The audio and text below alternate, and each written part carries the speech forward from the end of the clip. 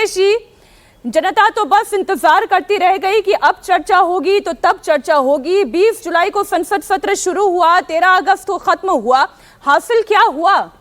क्यों ये wash out हो गया?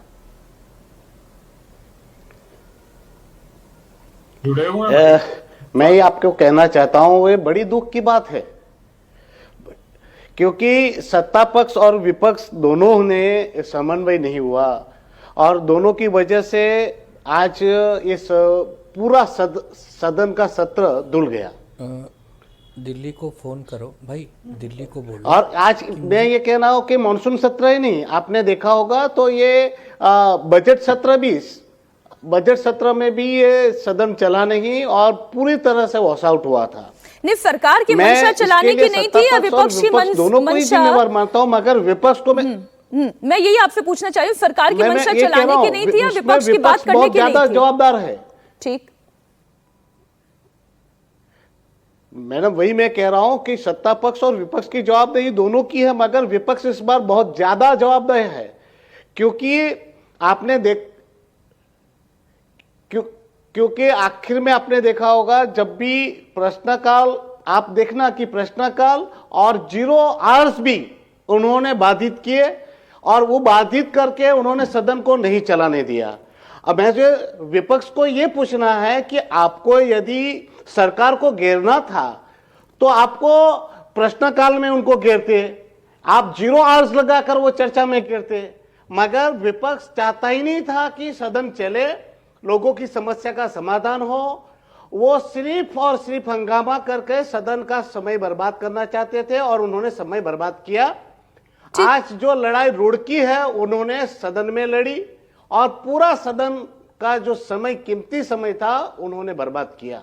उसके लिए जवाबदार सत्ता पक्ष के साथ साथ विपक्ष भी है और विपक्ष बहुत ज्यादा है। और आप देखोगे तो बार बार उन्होंने यही काम किया, ये बजट सत्र में भी किया और अभी भी उन्होंने किया। ठीक है, तहसीन पूनावाला जी, किसकी जिद में ये सत्र बर्बाद हुआ है? थैंक यू मीनाक्षी जी, आपके साथ शो में शिरकत कमल, इसलिए आपका शुक्रगुजार हूं। 4 पॉइंट में संक्षिप्त में बता देता हूं। सबसे पहली बात, विपक्ष की एक मांग थी कि माननीय प्रधानमंत्री जी और माननीय गृह मंत्री जी वो डिबेट में शामिल हो। कुछ दिन के बाद माननीय पार्लियामेंट्री अफेयर्स मिनिस्टर किरण रिजिजू सर ने कहा कि माननीय गृह मंत्री जी स्टेटमेंट देंगे। स्टेटमेंट की बात नहीं हुई थी, वो डिबेट में शामिल हो। मनोज तिवारी जी जिन्होंने आपके साथ शिरकत किया, झूठ कह रहे।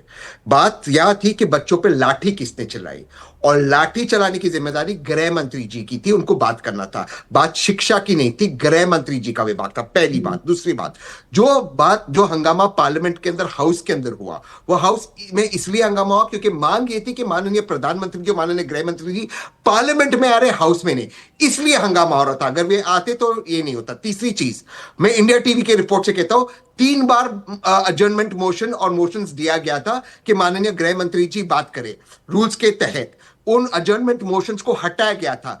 विपक्ष के एमपीज की बात जो लिखित में थी उसको स्वीकार नहीं किया गया था। चौथी बात, इंडिया टीवी मुझे बता दे कि बीएसी की कौन सी मीटिंग में माननीय स्पीकर महोदय ने लिखित में दिया कि आज चर्चा होगी इसके ऊपर। मैं स्टेटमेंट्स की बात नहीं कर रहा हूं, लिखित में यह बताया था कि आज इस पर डिस्कशन होगा और माननीय गृह मंत्री जी इसका जवाब देंगे। एक भी बार नहीं दिया था। लास्ट चीज से मैं अपनी बात समाप्त करता हूं। माननीय प्रधानमंत्री जी के खिलाफ जो आज नारे लगे उसके मैं खिलाफ हूं। इस तरह के छिछोरे नारे नहीं लगने चाहिए, इस तरह का अपमानित शब्दों का प्रयोग नहीं होना चाहिए। लेकिन मैं आपसे फिर पूछता हूं मीनाक्षी जी, आप बताइए, माननीय प्रधानमंत्री जी और गृह मंत्री जी पार्लियामेंट में थे लेकिन वो हाउस में नहीं बैठे, हाउस में नहीं बैठे। ये गलत है और देश के लोकतंत्र के साथ ये गलत हो रहा है। और ये सारे सत्ता दल और विपक्ष के नेता सारे रात को पार्टी करेंगे, एक साथ पार्टी करेंगे और हमको मूर्ख बनाते, चाहे सत्ता दल के हो या विपक्ष के हो। रात को पार्टी करेंगे शादी के अंदर और सुबह आके एक दूसरे के खिलाफ नारे लगाएंगे।